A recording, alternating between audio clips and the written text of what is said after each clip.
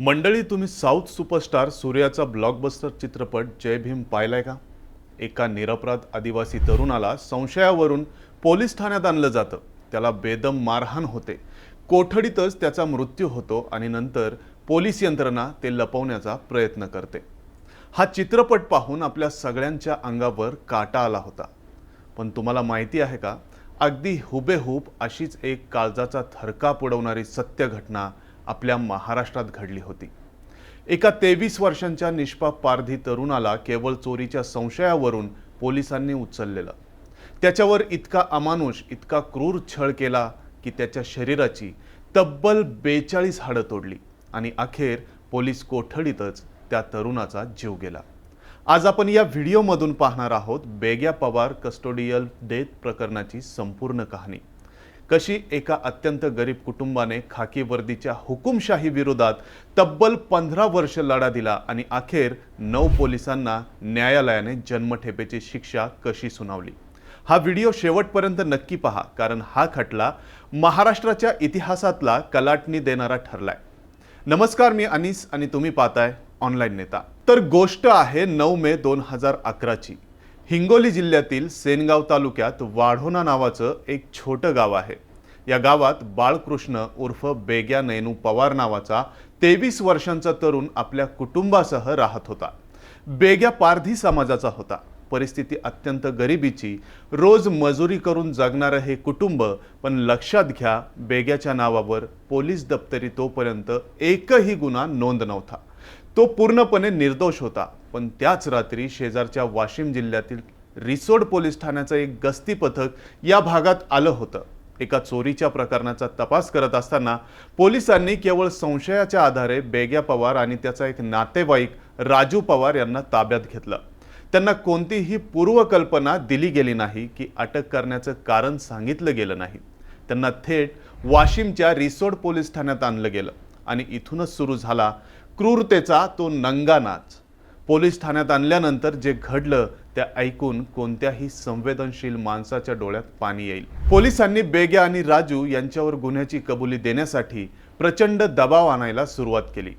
जेव्हा त्यांनी नकार दिला तेव्हा पोलिसांनी 3rd डिग्रीचा वापर सुरू केला.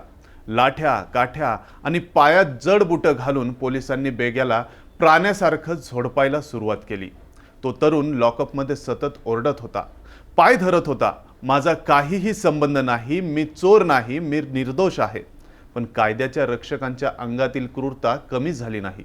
या अमानुष आणि सततच्या मारहाणीमुळे 10 मे 2011 रोजी बेग्या पवारचा पोलीस कोठडीतच मृत्यू झाला. दुसरीकडे त्याचा नातेवाईक राजू पवार हा सुद्धा या मारहाणीत गंभीर जखमी झाला. त्याचे हातपाय तोडण्यात आले होते. जेव्हा पोलिसांना समजलं की बेग्याचा जीव गेलाय तेव्हा त्यांची पाचावर धारण बसली. गुन्हा लपवण्यासाठी त्यांनी तातडीने खोट्या नोंदी केल्या, कागदपत्र बदलली आणि बेग्याला हार्ट अटॅक आल्याचा बनाव रचला. त्यांनी डॉक्टरांवरही दबाव आणण्याचा प्रयत्न केला. म्हणतात ना, सत्याचा आवाज जास्त काळ दाबून ठेवता येत नाही. एका निरपराध पारधी तरुणाचा पोलिसांच्या मारहाणीत मृत्यू झाल्याची बातमी वाऱ्यासारखी पसरली. संपूर्ण महाराष्ट्रातून, विशेषतः पारधी आणि आदिवासी समाजातून तीव्र संताप व्यक्त झाला. वाशिम जिल्हा पोलीस अधीक्षक कार्यालयावर हजारो लोकांचे प्रचंड मोर्चे निघाले. दोषी पोलिसांना आधी अटक करा अशी मागणी जोर धरू लागली. परिस्थिती हाताबाहेर जात असल्याचं पाहून राज्य सरकारने तातडीने हा तपास CID कडे सोपवला. CIDचे तत्कालीन DYSP आणि त्यांच्या पथकाने या प्रकरणात कोणतीही दिरंगाई केली नाही. त्यांनी इतक्या वेगाने चक्र फिरवली की केवळ 34 दिवसात सर्व पुरावे गोळा करून न्यायालयात चार्जशीट दाखल केलं. न्यायालयात जेव्हा बेग्या पवारचा पोस्टमॉर्टम रिपोर्ट सादर झाला तेव्हा न्यायाधीशांसह संपूर्ण कोर्ट हादरून गेलं. रिपोर्टमध्ये लिहिलेलं होतं, बेग्याच्या शरीरावर तब्बल 44 बाह्य जखमा होत्या. मारहाणीमुळे त्याच्या शरीराच्या आतली 42 हाडं फ्रॅक्चर झाली होती. त्याच्या शरीराच्या आतल्या भागात मोठ्या प्रमाणावर रक्तस्राव झाला होता. हा रिपोर्टच पोलिसांच्या अमानुष क्रूरतेचा सर्वात मोठा आणि जिवंत पुरावा ठरला. या खटल्यात CIDने एकूण 47 साक्षीदार उभे केले. यात सर्वात महत्त्वाची साक्ष ठरली ती जखमी राजू पवारची. ज्याने स्वतःच्या डोळ्यांनी पोलिसांना बेग्याचा जीव घेताना पाहिलं होतं। हा न्यायालयीन लढा सोपा नव्हता मंडळी। बेग्याचे वृद्ध आई वडील नैनू पवार आणि कलाबाई यांनी आपल्या मुलाला न्याय मिळवून देण्यासाठी तब्बल 15 वर्ष 1 महिना आणि 23 दिवस कोर्टाचे उंबरठे झिजवले। गरिबीमुळे शेती विकायची वेळ आली, धमक्या आल्या, पण हे वृद्ध आई वडील मागे हटले नाहीत आणि अखेर वाशिमच्या जिल्हा व सत्र न्यायालयाने एक ऐतिहासिक निकाल दिला। न्यायाधीश जे.पी. झपाटे यांनी पोलिसांचा हा युक्तिवाद पूर्णपणे फेटाळून लावला की ते फक्त आपली ड्युटी बजावत होते। न्यायालयाने ठणकावून सांगितलं की कायदा हातात घेण्याचा अधिकार कोणालाही नाही, मग तो खाकी वर्दीत असलेला पोलीस का असेना। न्यायालयाने रिसोडचे तत्कालीन पोलीस निरीक्षक महादेव धांडे यांच्यासह एकूण 9 पोलीस कर्मचाऱ्यांना दोषी ठरवून थेट जन्मठेपेची शिक्षा सुनावली। यासोबतच पुरावे नष्ट करणे आणि ॲट्रॉसिटी कायद्याअंतर्गतही त्यांना कडक दंड आणि शिक्षा झाली। या सर्व दोषी पोलिसांची रवानगी थेट अमरावती मध्यवर्ती कारागृहात करण्यात आली।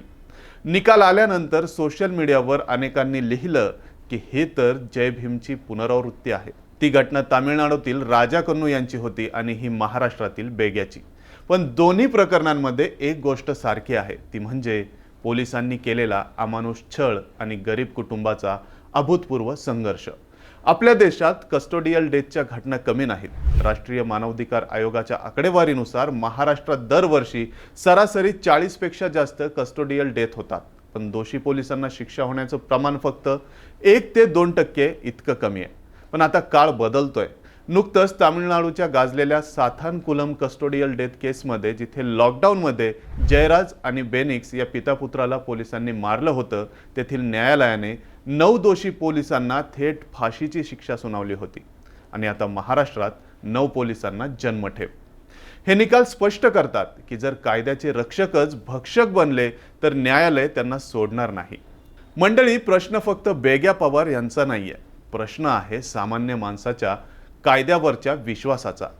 एखादी व्यक्ती आरोपी असू शकते, संशयित असू शकते, पण तिला शिक्षा देण्याचा अधिकार फक्त आणि फक्त न्यायालयाला आहे, पोलिसांना नाही। वर्दी घातली म्हणजे तुम्ही कायद्यापेक्षा मोठं होत नाही, हाच संदेश या निकालाने दिलाय। तुम्हाला या प्रकरणाबद्दल आणि न्यायालयाच्या या ऐतिहासिक निर्णयाबद्दल काय वाटतं? पोलिसांना मिळालेली ही जन्मठेपेची शिक्षा योग्य आहे का? अशा गुन्ह्यांसाठी आणखीन कठोर कायदे असायला हवेत का? तुमचं मत कमेंटमध्ये नक्की सांगा आणि पाहत रहा ऑनलाईन नेता।